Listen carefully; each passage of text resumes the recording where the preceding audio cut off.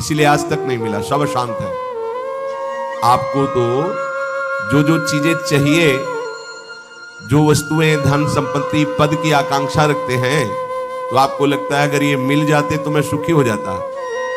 अपने को ऐसे बहुत मिले हैं जिनके पास आप चाह रहे हैं, उनकी बहुत मात्रा में संग्रह किया हुआ है, बहुत अधिकारिता है, बड़ा पद है, खूब ऐश्वर्य है, जगत में उनका नाम है, सम्मान है, पर हृदय जल रहा है, हृदय अशांत है। क्यों? क्योंकि जहां शांति प्राप्त होती है वहां उनका संबंध ही नहीं है।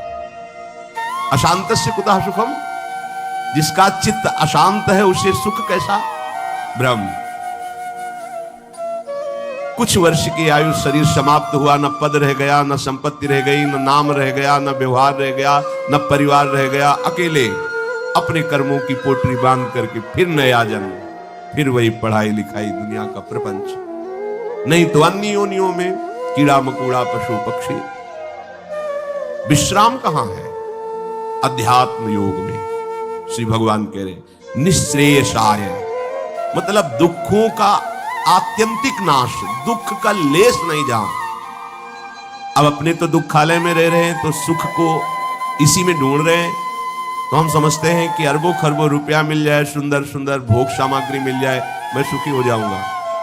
ऐसे अभी इसी भूमंडल पे हैं जिनको खुद पता नहीं कि मेरे पास कितनी धनराशि है, रोज नए नए भोग भोगते हैं, पर नींद नहीं आती, नींद की दवा लेना पड़ता है।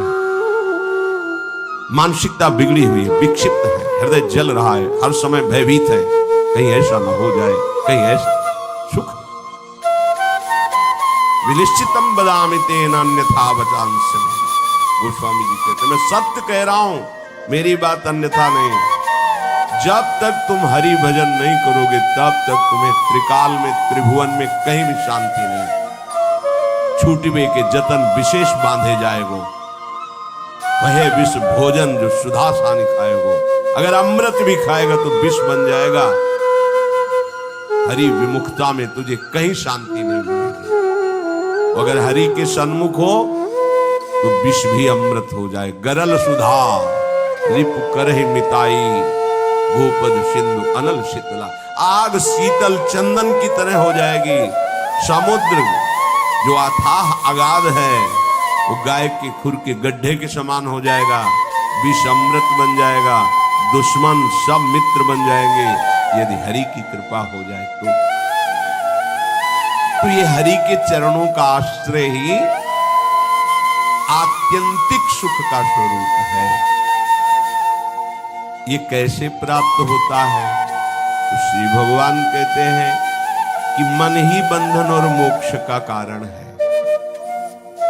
ये जब किसी विषय का चिंतन करता है भोग भावना से, किसी व्यक्ति का चिंतन करता है राग या द्वेष से, तो ये बंधन का कारण बन जाता है। अगले जन्म की ये पूरी तैयारी करा देता है। नाना प्रकार के भ्रमात्मक दुख सुखों में फंसा देता है।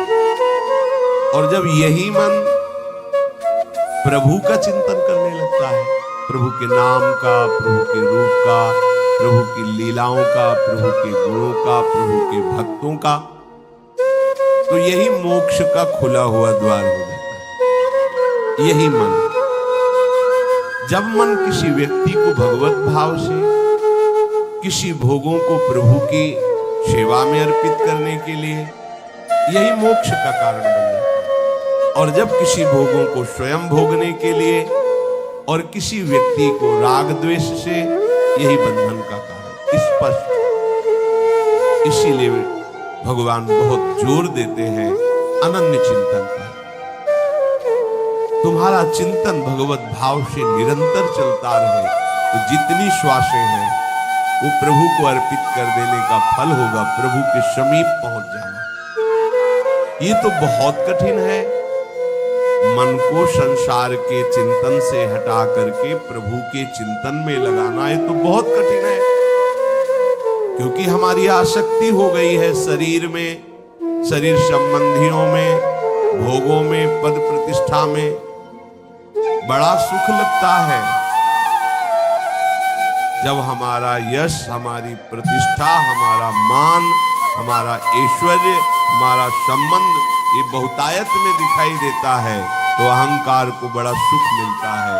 यही दुख में फंसने का मूल कारण है और संसार में यही उद्देश्य रखा जाता है। देखो ना ब्रह्म, जो हमारे दुख का मूल कारण है वही हम उद्देश्य लिए घूम रहे हैं, तो सुख कैसे मिलेगा?